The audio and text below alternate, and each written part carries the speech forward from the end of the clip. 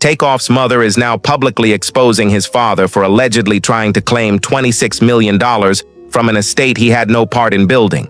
The legal war that has erupted inside this family since Takeoff's death is one of the most shocking stories hip-hop has had to sit with.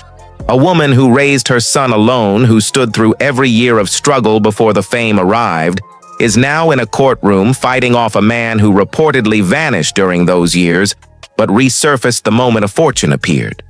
We have been tracking this story closely, and the details run far deeper than what is circulating online. The filings, the competing claims, and the history between these two parents all connect in ways most people have not pieced together yet. Today, we lay out the full picture, because what Takeoff's father is allegedly attempting and what his mother is doing to stop him is far more disturbing than the headlines suggest. By the end of this video, you will understand exactly how this unfolded. Yo, what's good, fam? Welcome back. This is where we break down the stories that matter to the culture, the real ones, the layers a tweet could never capture. Today, we're diving into the full story of Takeoff, real name Kershnik Kari Ball, one-third of Migos, one of the most technically gifted rappers of his generation, a man who left behind a legacy and a fortune now sitting at the center of a family battle nobody saw coming. Let's start from the beginning, because the money makes no sense without the story. And the story does not make sense without understanding who this man really was. Takeoff was born on June 18, 1994, in Lawrenceville, Georgia, a suburb just outside Atlanta in Gwinnett County. He grew up alongside his uncle Quavius Marshall, known to the world as Quavo, and his cousin, Kiari Kefis, known as Offset, three young men from the same bloodline, raised together, grinding together, dreaming together. Takeoff was raised primarily by his mother, Titania Davenport, a detail that matters because it connects directly to everything unfolding in courtrooms today. By middle school, Takeoff was already showing a feel for rhythm unlike the kids around him. He was never the loudest in the room, never the most talkative, but when it came to writing a beat, something special stood out early. In 2008, at just 14 years old, he, Quavo, and Offset formed a group originally called the Polo Club, raw, hungry, and already developing a sound of their own. They renamed themselves Migos around 2010 and dropped their first mixtape, Juke Season, in August 2011. There was no overnight success, just years of grinding, building a street reputation in Atlanta, and refusing to quit while the industry ignored them. The breakthrough came in 2013 with the release of Versace, a record built on a hypnotic loop that would soon change everything. That triplet flow cadence, the sound that would become Migos' signature, caught the attention of Drake, who jumped on the remix and pushed an already rising record into an entirely different stratosphere. For people not deep in Atlanta rap at the time, Versace was the introduction to something unlike anything else on radio. That staccato, bouncing delivery, syllables stacked in tight three-note bursts, was not invented by Migos, but they perfected it and turned it into the dominant vocal pattern of an era, a sound tracing back to three young men from Gwinnett County nobody expected to make it. Their debut album, Young Rich Nation, dropped in July 2015. Then came the record that changed everything. In January 2017, Migos released Culture, debuting at #1 on the Billboard 200. The lead single, Bad and Boujee, featuring Lil Uzi Vert, hit #1 on the Billboard Hot 100 and became an instant phenomenon, memed into infinity, quoted by celebrities, played at every party in every city. It went 4 times platinum, one of the defining records of that era. Culture 2 followed in January 2018, then Culture 3 in June 2021, cementing Migos as one of the most dominant groups hip-hop had seen in years. But within the group, the real fans always had a particular appreciation for Takeoff, the quiet one, the understated one, rarely dominating interviews, rarely courting controversy, rarely made himself the center of attention outside his music. But on the records, Takeoff was the one whose verse made people rewind, his precision and timing setting him apart even within a group of 3 genuinely talented artists. There was a running conversation in hip-hop circles about Takeoff being the most slept-on member of Migos, despite being arguably the most skilled, and he knew it. On the Drink Champs podcast, recorded just days before his death, he said something that has haunted the culture since, that he wanted his flowers while he was still here, not after he was gone. Those words hit different now. In 2018, Takeoff proved he could stand alone, releasing his debut solo album, The Last Rocket, which debuted at number 4 on the Billboard 200, praised as the clearest proof yet of what he could do outside the group. He and Quavo later recorded as a duo called Unk and Few, proof there was more runway ahead for both. Takeoff's trajectory was still climbing, more chapters still to be written. Then on November 1st, 2022, at 810 Billiards and Bowling in Houston, Texas, Takeoff was shot and killed. He was 28 years old. News out of Texas, where a member of the rap group Migos was fatally shot. What we are hearing is that it was 28-year-old Takeoff who was shot at a private party. This all happening at a bowling alley. We do have some video of the scene, and then the rapper was shot. We're hearing that he may have been shot in his head or near his head. He was actually pronounced dead on the scene. The music industry went quiet with grief. Artists from Drake to J. Cole to Machine Gun Kelly paid tribute publicly. His funeral was held at Atlanta's State Farm Arena, filled with family, friends, and fellow artists, saying goodbye to a man who had asked for his flowers while he was here and deserved every one of them. Now let's talk about the money, because this is where the story shifts.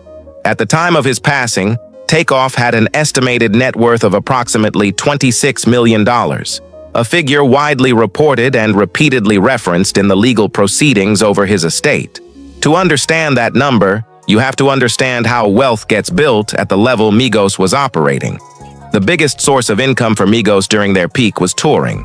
Between September 2017 and September 2018, Migos earned a combined $25 million from 93 shows in 12 months, including the Aubrey and the 3 Migos tour with Drake, grossing over $13 million across 54 shows. By that point, Forbes reported Migos commanding upwards of $150,000 per tour stop. Between 2018 and 2019, earnings climbed to $36 million. 2 years, $61 million combined, meaning each member likely took home around $20 million across those 2 years. Then there is streaming. Migos accumulated 4 billion streams in that same 2017 to 2018 window. The per-stream rate is small individually, but stacked across 4 billion streams a year, royalty income becomes enormous, and it keeps coming every month as long as people keep listening. Bad and Bougé, T-shirt, Walk It Talk It, Motorsport, Stir Fry, catalog staples that never left the playlists and still generate income today.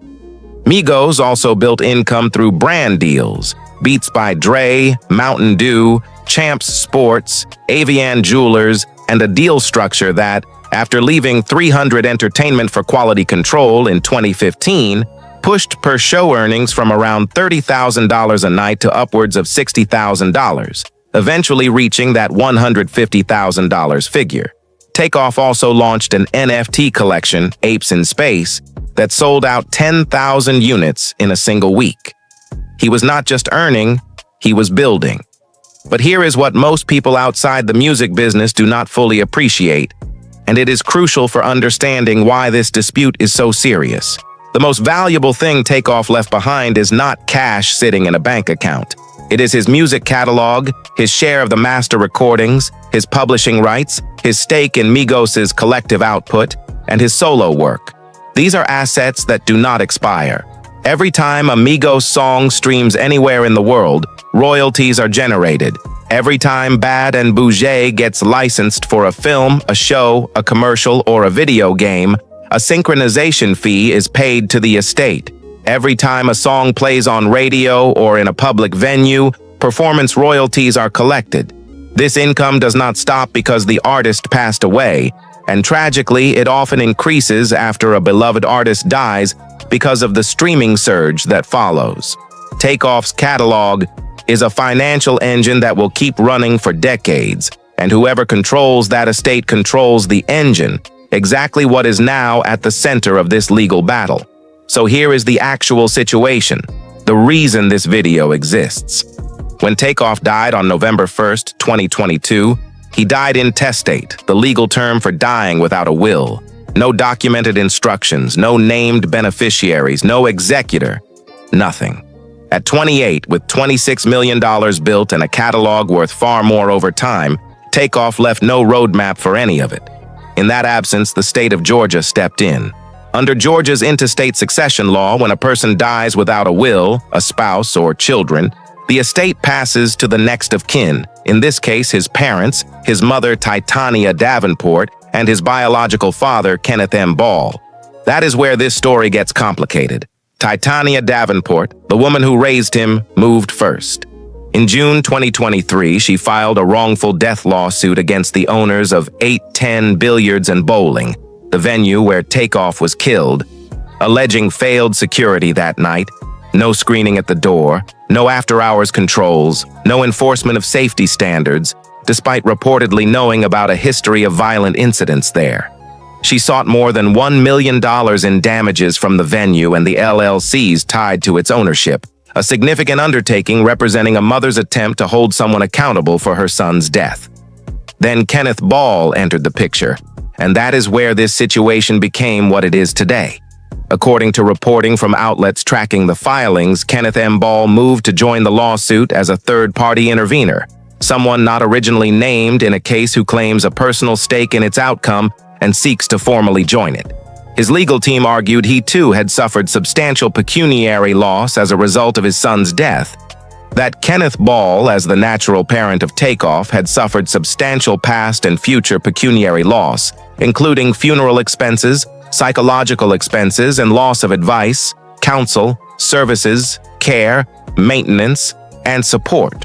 Ball reportedly sought at least $1 million from the bowling alley as well, mirroring his mother's claim. And this is exactly the moment Takeoff's mother drew the line. From where she stands, and from where much of the culture stands alongside her, this is not a grieving father seeking justice for his son. This is someone collecting from a legacy he was not present for. A man reportedly nowhere to be found during the years of struggle. The years Titania Davenport held things together alone, now showing up in court with attorneys the moment $26 million entered the conversation. Takeoff's mother is reportedly making sure the world understands what she believes is happening. She is not staying quiet, not letting the narrative be controlled by legal language alone. In the eyes of those closest to Takeoff, what his father is doing has a name, and that name is not grief. That name is opportunism. Titania Davenport, by all accounts, is fighting back. Here is what has the culture reacting the way it has. Multiple reports from The Source, Hip Hop Wired, and Madame Noir have highlighted conflicting accounts of Kenneth Ball's actual involvement in Takeoff's life growing up. By multiple documented accounts, Takeoff was raised primarily in a single-parent household by his mother, with Quavo's side of the family serving as the broader support structure. Both sides are reportedly contesting just how involved Ball was before the money arrived, and that question, who was there during the hard years, is not just emotional. It is legally relevant to who should benefit from the legacy built during those years. Under Georgia law, biological connection is what establishes inheritance rights in an intestate situation. Courts do not typically weigh whether a parent was emotionally present when determining next of kin. The law looks at biology and documentation, and that creates the core tension of this story. What feels morally right and what the law allows are not always the same thing. Titania Davenport raised this man. She was there. She sacrificed and believed in her son before anyone else did. But under Georgia's intestate succession framework, Kenneth Ball's biological claim exists regardless of personal history. The exact division of the $26 million estate and its ongoing royalty income reportedly has not been finalized. Both parents remain actively involved in legal proceedings, complicated by a reportedly long-standing breakdown in their relationship, with the question of who controls Takeoff's legacy still unresolved. The bowling alley's owners, for their part, have pushed back, with their legal team reportedly moving to dismiss the suit and attributing responsibility to the attendees rather than the venue. Now let me give you the broader context, because what is happening with Takeoff's estate is not unique. It is part of a pattern that keeps repeating in the music industry, and has for decades. When a major artist dies without a will, the legal and financial aftermath is almost always complicated and drawn out. Prince died in 2016 without a will, despite being worth hundreds of millions, and proceedings over his estate dragged on for years while his catalog sat in financial limbo. Aretha Franklin died in 2018 without a formal will, and her family spent years in court working through handwritten documents that may or may not have counted as legal instructions. Even Nipsey Hussle, famously outspoken about financial literacy, had estate complications arise after his 2019 death, despite doing more legal preparation than most artists at his level. Disputes like this are almost expected when a young, high-earning artist passes suddenly without the legal infrastructure to govern their wealth. Music specifically creates a financial complexity most industries do not. A business owner's assets are largely fixed: equity, real estate, cash, things you can assess and divide with clarity. A musician's most valuable assets are living income streams constantly fluctuating based on cultural relevance and streaming trends. A catalog is not a static pile of money. It requires active management, who approves licensing deals, who negotiates with platforms, who decides whether to release archival material or greenlight posthumous projects. These decisions carry enormous financial weight and require real legal authority and judgment. That is precisely why control of the estate, not just a share of the money but the actual authority over how it is managed, is so fiercely contested. Whoever sits in that seat is not just collecting royalty checks. They are steering the ship, shaping how Takeoff's name and music are presented for decades to come. For Titania Davenport, who raised her son and watched him build this legacy, the idea of someone else in that seat, especially someone whose presence in her son's life is itself disputed, is reportedly something she will not accept without a fight. Fans online have been vocal, the sentiment leaning toward Titania Davenport, the mother who was there, with many pointing out the irony of a father who reportedly was not consistently present now stepping forward the moment $26 million is on the table. Others note, more dispassionately, that regardless of emotion, the legal framework is what it is, and that is the arena where this gets resolved. Both perspectives hold something true. The emotional truth and the legal reality are different things that do not always align.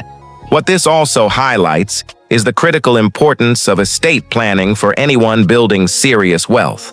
Takeoff was 28 when he died. At 28, most people are not spending evenings with estate attorneys on wills and beneficiary designations. But Takeoff was not most people. By his mid-20s, he had earned more than most people see in a lifetime. A catalog generating continuous income, publishing rights, royalty streams, business interests, all of it needing a legal home, instructions to govern it once he was gone. That absence of documentation is what opened the door to this legal battle. Music industry attorneys agree.